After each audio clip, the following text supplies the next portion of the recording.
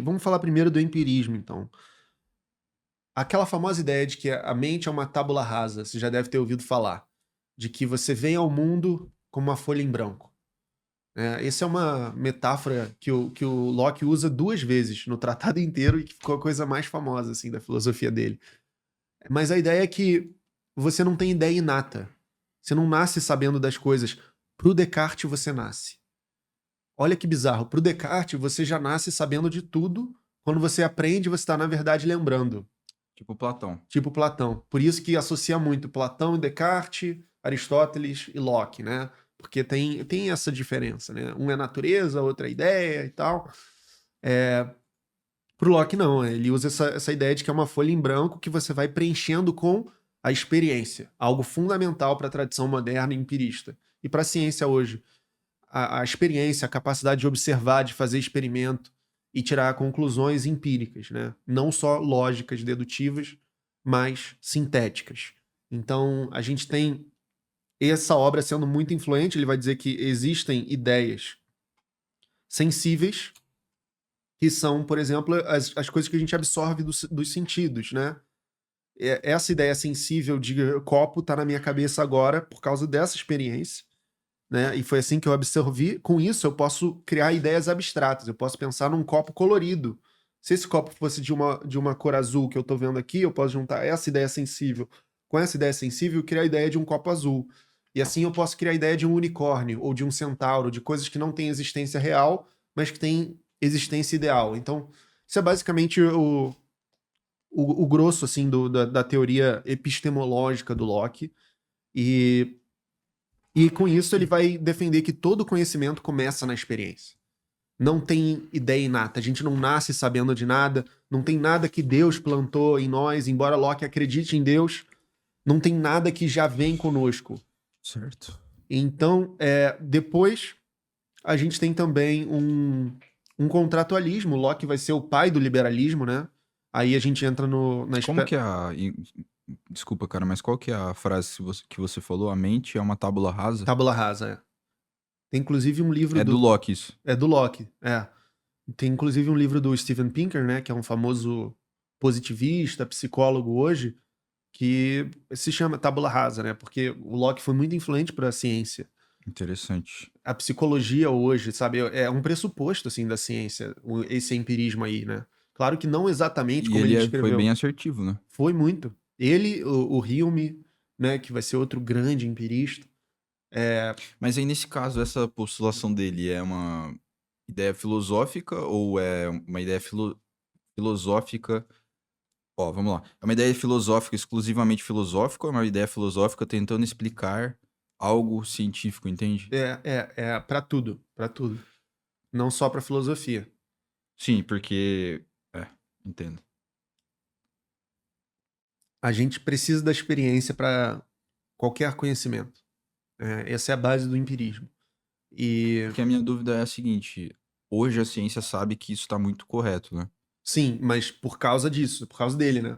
Tá, mas o ponto que eu quero chegar é isso. O ponto que eu quero chegar é: isso prova de que a ideia de Platão é errada? Porque ela tá no escopo Entendi. metafísico, assim, sabe? Não dá para provar, mas é uma forte evidência a favor do empirismo, né? Digamos assim. Não dá para provar que talvez apareça alguém com alguma evidência de que, olha, Platão estava certo, a gente está se lembrando. Mas é muito difícil provar as teses de Platão, né? É, então, tecnicamente, o empirismo venceu o debate do racionalismo, né? Ninguém hoje defende ideia inata na ciência, né? Por quê? Porque a ciência é parcimoniosa, foi influenciada por Ockham e por Locke, de que a gente tem que ficar com o mínimo necessário, né? Já na metafísica vai ter gente que defende, mas aí tudo bem, aí é filosofia, né? Aí é outro escopo que envolve outros tipos de coisa. Mas ele defendeu, cara. Esse cara defendeu que não é contraditória a ideia de uma matéria que pensa. Isso no século XVII. Que a matéria seria a gente, né? Ou seja, ele é basicamente um Daniel Dennett já. É basicamente um filósofo do século XX. Ele acreditava Você em gosta Deus. bastante das ideias do Locke? Gosto. Gosto. Todas assim. inclusive a parte do liberalismo clássico, né? Mas essa questão aí Propriedade privada, né? das pessoas terem direito à propriedade, direito à liberdade, né? É, e também a questão da tolerância. O Locke tem um grande tratado sobre a tolerância. Tolerância religiosa. Que na época tinha muita guerra entre protestante e católico. E esse tratado ajudou muito a isso diminuir, né? E é um tratado bem curtinho, que é fácil de ler. E é muito progressista, sabe? É um cara bem progressista. E, claro, pro tempo dele, ele era um deísta, né? Ele acreditava que... Ele se dizia católico, mas ele é meio deísta. Ele acreditava, tipo, num Deus, sabe? Criador, mas distante e tal. Comum na época. Vários filósofos iluministas vão ser deístas. Porque falar em ateísmo antes de Darwin, né, era uma coisa bem complicada, bem difícil. O próprio Hume quase chegou na ideia de Darwin. A gente vai falar do Hume. Podemos já falar, então. Certo. O Hume, ele vai partir das teses do Isso a Locke. gente tá falando do século XVIII agora. Agora já entramos no 18. Tá? O Hume vai partir Não queria falar então de Hobbes primeiro? Pode ser. Que ele é do Pode 16, ser. 17. Hobbes também é um empirista, mas o destaque dele é a questão do contratualismo, né? Que ele vai ter uma frase que... O debate famoso Hobbes-Rousseau, né? O Hobbes, ele vai dizer que o estado da natureza é brutal, é sórdido, é um estado de todos contra todos. O ser humano, ele quer ferrar o outro, ele quer sair por cima. Rousseau vai defender a tese contrária, de que o ser humano selvagem é bom, um bom selvagem. Aí, Hobbes. E aí eles vão... Vai defender que quem é selvagem? Que o selvagem é bom, né? A ideia do bom selvagem do Rousseau é a tese basicamente contrária. Pro Hobbes, o selvagem é mal, quer ferrar o outro. O selvagem, eu digo, o ser humano no estado de natureza, sem civilização, né? Sem sociedade. Como é que funciona? E aí ele fala, não, a sociedade tem que entrar justamente pra gente não se matar, né? Pra ter algum nível de respeito, de civilidade. E... Bom, talvez ambos estejam em parte com razão, né? Mas eu sou mais hobbesiano com relação a esse debate. E a conclusão do Hobbes vai ser que a ideia do Leviatã, um livro dele que é baseado nesse monstro bíblico, né? Que é pode ser que é a lei, né? Basicamente o governo tem que ter uma autoridade e essa autoridade pode ser monárquica. Ele defendia preferencialmente isso ou então parlamentar, né? No caso, republicana. Mas isso tem que ter a divisão de poderes, que é algo que foi muito defendido e posto à frente por Montesquieu, né? Um outro filósofo dessa conjuntura.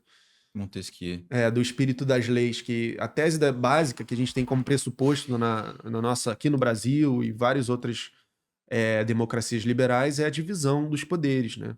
Legislativo, executivo, judiciário. Então começa com esse pessoal. Uhum. E o Hobbes ele vai ser mais mão firme no sentido de que o Leviatã tem que ser esse monstro composto por várias partes, né? Não pode ser Leviatã seria o Estado. mas mais dividido, sabe? Que tem poderes que se equilibram, que se contrapesam, para não ficar uma coisa que privilegia mais um lado que o outro. E para manter a ordem, né? Então ele é mais mão firme do que o Rousseau. O Rousseau tem toda uma questão contra a propriedade, né? O começo do sofrimento é o começo da propriedade privada e tal. No contrato social, ele defende ideias que as pessoas interpretariam como sendo muito à esquerda, mas não dá para falar disso de um jeito anacrônico, né? Porque a própria ideia de esquerda e direita hoje vem da Revolução Francesa, que é depois do Rousseau. Mas o Rousseau, ele também tem tratado sobre a educação, enfim, ele é um cara muito sensível no sentido de apelar à natureza. Sinceramente, eu acho um pouco utópico, sabe? Eu acho que é um cara muito romântico, antes até do romantismo. Avançando com relação a isso, a gente estava no empirismo. Muito bom esse corte, né? Esse corte é apenas uma parte do episódio completo que gravamos sobre toda a história da filosofia. Matheus, especialista em filosofia, ele explicou toda a história da filosofia em um podcast. Esse episódio está disponível para os membros do nosso podcast principal, do nosso canal do podcast. Então, eu te convido a você assistir a primeira parte lá do episódio completo e caso você se interesse ali, vire membro do canal e também assista a segunda parte, toda a história da filosofia e outros episódios que nós temos disponíveis apenas para membros. Então clica aí no primeiro link da descrição ou do comentário fixado e começa a assistir o episódio. Se você achar interessante, coisa que eu acho que vai rolar, aí você vira membro ali e assiste a parte 2, beleza? E também vão ter muitos conteúdos aí pra frente, 2 episódios por mês, enfim, beleza? É isso, valeu e abraço.